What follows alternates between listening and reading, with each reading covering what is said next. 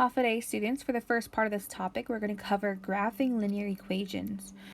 So in this video, we're going to be going over graphing points, graphing linear equations in slope-intercept form, and graphing linear equations in standard form. As we move into graphing, we have to remember that our horizontal axis is the x-axis, and our vertical is the y.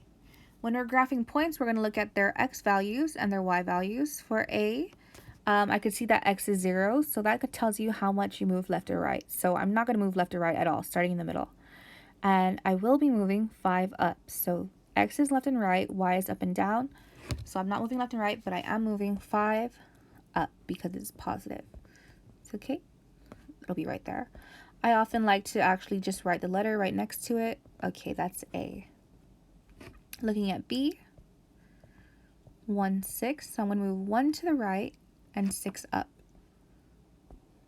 Okay, so we have 1 to the right, 6 up. Be right there. Again, I like to label it B. C is 3, 0. So now I'm moving 3 to the right because it's positive. And then I'm not moving up or down, so I'm just going to leave it here at 3, 0. Again, label it. Very easy. Moving on now to linear equations. Now we're going to move into graphing linear equations. The first form we're going to look at is a slope-intercept form. This is the most common form, and a lot of people think it's the easiest. So this is in the form y equals mx plus b. It's important to note that linear equations, the fact that they're linear means that their graph is actually a straight line. So all your graphs should be straight lines for this linear equation.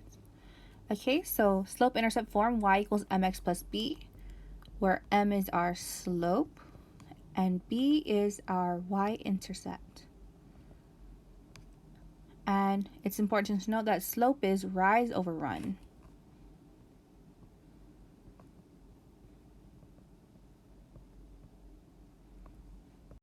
So there's different steps to graph using slope-intercept form.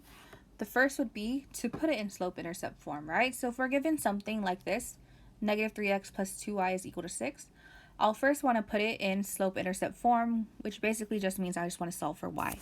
So we have negative 3x plus 2y equals 6. Solving for y, I'll actually move some of this stuff away, right? So I'm going to move this 3x to the other side. I'm going to add 3x. And I actually want the 3x to be in front of it to keep it in the form, right? So I want to have 2y is equal to 3x plus 6. From there, I'll divide by 2 to isolate y. Divide everything by 2. This will, of course, cancel.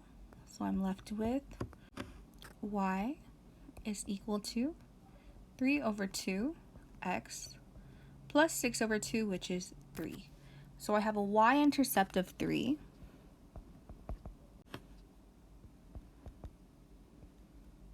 And a slope of 3 over 2.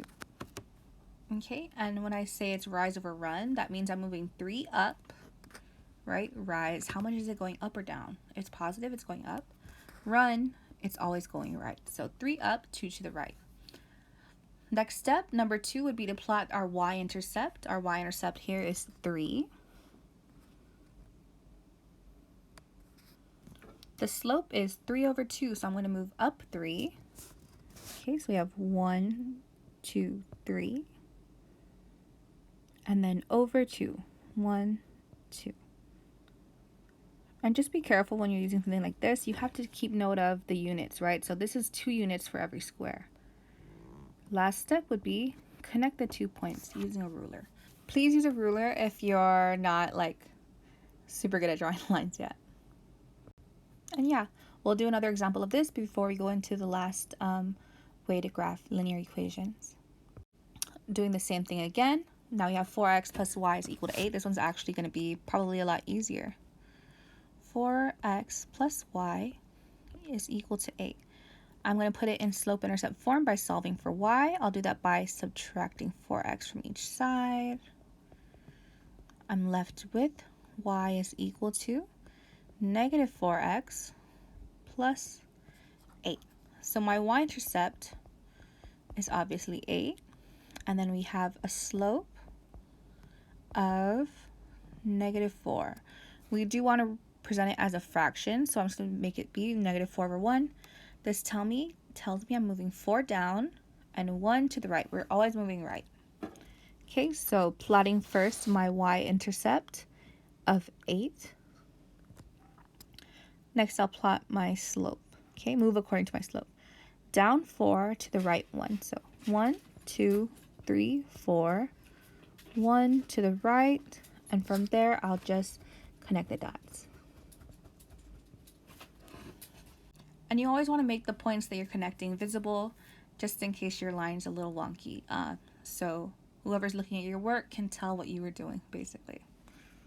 And now we'll move into graphing linear equations in standard form. This only works some of the time for certain equations, but I really like this way. One of my teachers taught me it in like middle school, and I'll always remember it. So graph negative 3x plus 2y is equal to 6. So when you're graphing using standard form, we're actually just looking for the intercept. So all the points I'm actually plotting are going to lie on my axes. So y-intercepts is where it intercepts the y-axis, right? The x-intercept is where it intercepts the x-axis, and I actually am seeing a little typo here. So find the y-intercept by substituting 0 for x. Find the x-intercept, by substituting 0 for y. Firstly, I want to look at finding my y-intercept, right? The y-intercept occurs when x is 0, because it only passes through my middle axis, that y vertical axis, when x is 0, when you're not moving left or right, right? So when x is 0, I can find the y-intercept. Negative 3 times 0 plus 2y is equal to 6.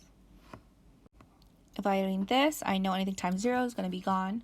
We have 2y is equal to 6. I already know y is going to be 3. So my y-intercept is going to be at 0.03.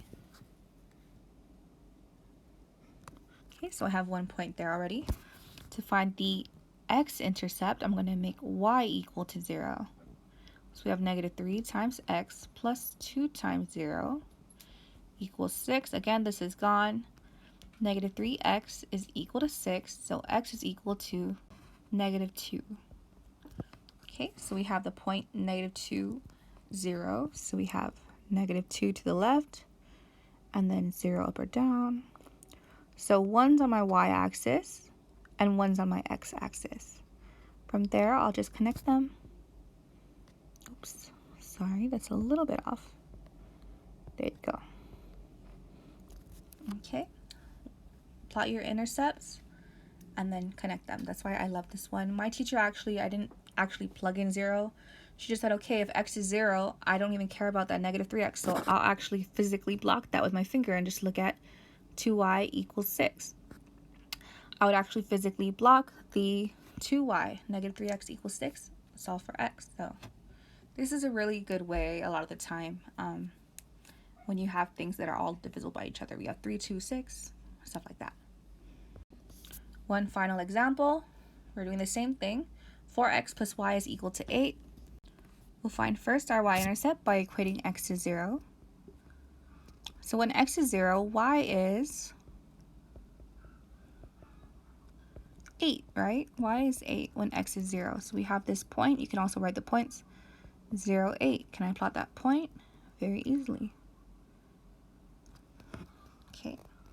When y is 0, x is 4x plus y, which is 0, equals 8. That's gone. 4x is equal to 8. X is equal to 2. So we have the point 2, 0. We plot that. At this point, all I have to do is connect it. Okay, and you'll notice that we use the same equations actually for the 2 in standard form, the 2 in slope-intercept form. We got the same graphs, just 2 different ways to find them, so find a way that's comfortable for you.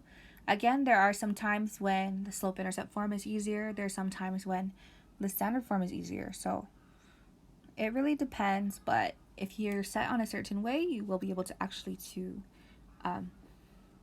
graph using either way. And that's it for today's lesson. I hope it was easy for you. This is one of the fun lessons, I think. So yes, good luck and have a great day.